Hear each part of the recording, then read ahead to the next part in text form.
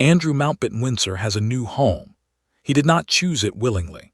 It is smaller, quieter, and considerably more humble than anything he has lived in for the better part of 2 decades. And now, barely 2 weeks after he arrived, it already has a problem. Just 200 yards from his front door, enormous mounds of manure have been dumped on the land surrounding his temporary residence. The smell, according to those who live nearby, is quite noticeable. Locals have noticed. Some are laughing openly. And Andrew, according to those close to the situation, is reportedly furious. A man who once occupied 30 rooms at Royal Lodge is now dealing with this. Let us walk through what we actually know, and why Andrew ended up here at all. He did not move into Wood Farm because he wanted to. He moved in because he lost Royal Lodge, the sprawling 30-room Windsor property he had called home for years. The situation deteriorated over a prolonged standoff with King Charles, who made clear he would no longer fund the security costs associated with maintaining a former working royal in such a grand residence. Andrew refused to leave voluntarily for as long as he could. Ultimately, he had no choice. He retreated to Wood Farm on the Sandringham estate in Norfolk. It is a 5-bedroom farmhouse.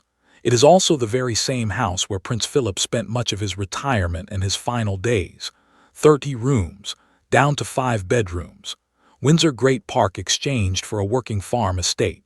This was already a profound and visible humiliation. Then came the new problem. Wood Farm is not what the name conjures if you imagine something charming and quaint. It is by all accounts a modest property, modest at least when measured against the standard Andrew had grown accustomed to. It sits on the Sandringham estate, surrounded by the working rural landscape of Norfolk, fields, trees, agricultural land in active use. There is no grandeur here, no sweeping Windsor views, no staff quarters built for an entourage. What Andrew left behind was a lifestyle. What he arrived at is, functionally, a farmhouse with a royal postcode. It is worth noting one critical detail about his living situation.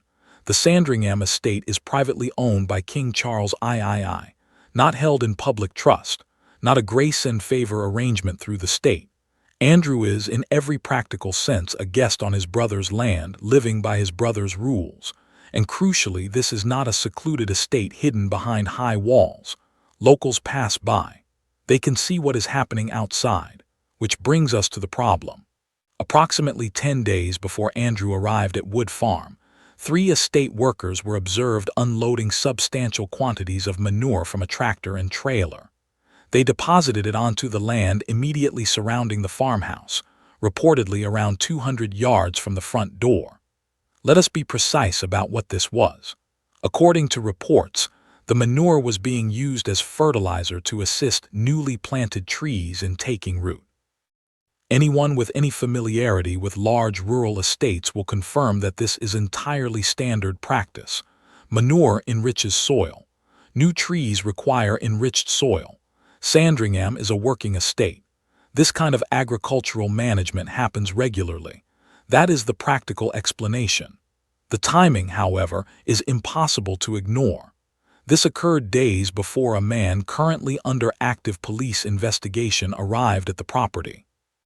The piles, by all reports, remain visible from the approach to the house, and the smell, according to locals who live and walk near the estate, is noticeable. A former senior working royal, a former United Kingdom trade envoy, a man who once represented Britain's commercial interests on the international stage, now looking out from his farmhouse window at piles of manure 200 yards from his door. How far he has fallen. The people who live near the Sandringham estate are well aware that Andrew is there. His arrival, photographed as he slouched in the back of a car leaving Ilsham police station, was not quiet. The national press covered it. The local community noticed. And when the story of the manure emerged, the reaction from some locals was not sympathetic. One resident, speaking to the Daily Mail, was characteristically direct. There has been a whiff of scandal around Andrew for a long time, so it is fitting that he should be exposed to the smells of the countryside. Another remarked that because the king privately owns the estate and is ultimately responsible for what takes place on it, the timing was perhaps not entirely accidental, adding pointedly that perhaps Charles was trying to send a message. Whether that is true is another matter entirely. What is clear is this: the locals are not being subtle about it. Sources close to the situation have indicated that Andrew is not taking any of this well. The word used in several reports is fuming, furious at the coverage, furious at the commentary, furious at what he reportedly regards as a coordinated effort to humiliate him further. But here is what makes that fury so remarkable in its own way.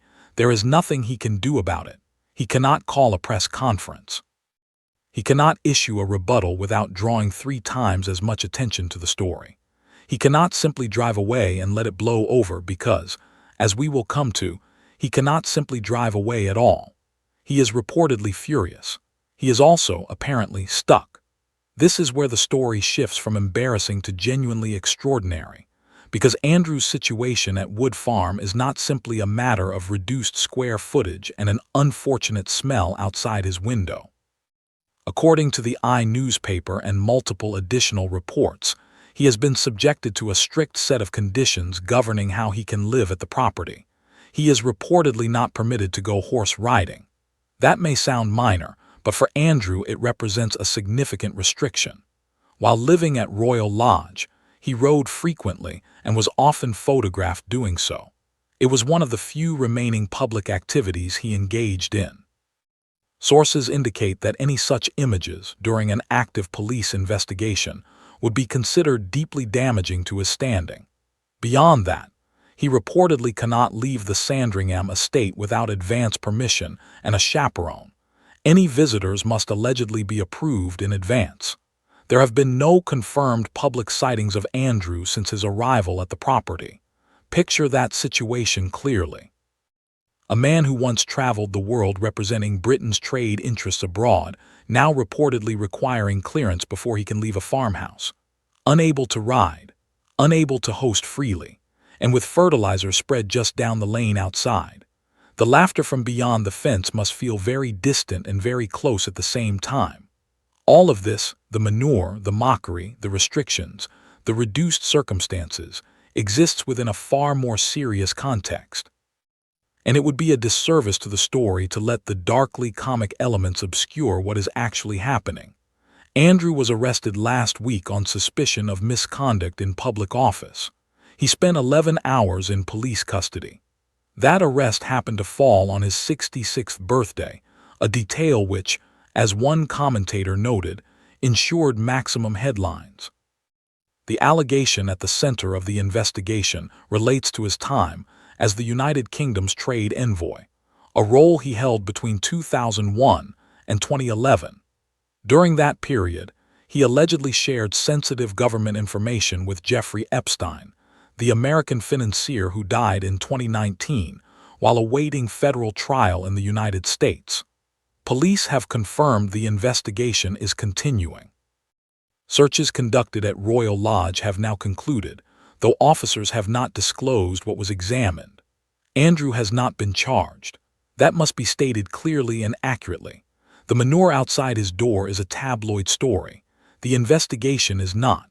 While Andrew remained silent at Wood Farm, the House of Commons was not. Trade Minister Sir Chris Bryant delivered remarks about Andrew that were striking in their directness, and which now sit permanently on the official parliamentary record.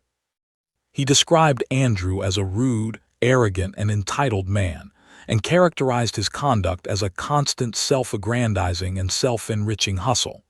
He stated that Andrew had been fundamentally unable to distinguish between the public interest, which he claimed to serve, and his own private interest. Bryant went further. He told the chamber that the government supported the motion before them, adding that it was, in his words, the least that could be owed to the victims of the horrific abuse perpetrated by Jeffrey Epstein and others. He described those responsible as having aided and abetted a very extensive group of arrogant, entitled individuals, and he implicated not only those who participated, but the many more who looked away out of greed, familiarity, or deference. These are not the words of a tabloid columnist or an anonymous palace source.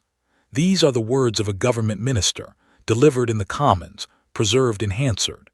The embarrassing problem at Wood Farm is a footnote in a story far larger and far darker, but the locals laughing outside the fence do not need to read Hansard to sense the atmosphere around Andrew right now.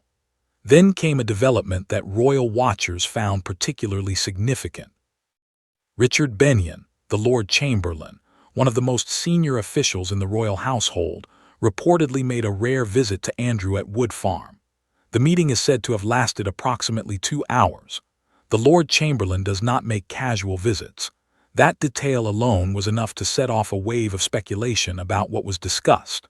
Reports suggest the meeting may have involved conversations about Andrew's position in the line of succession to the throne.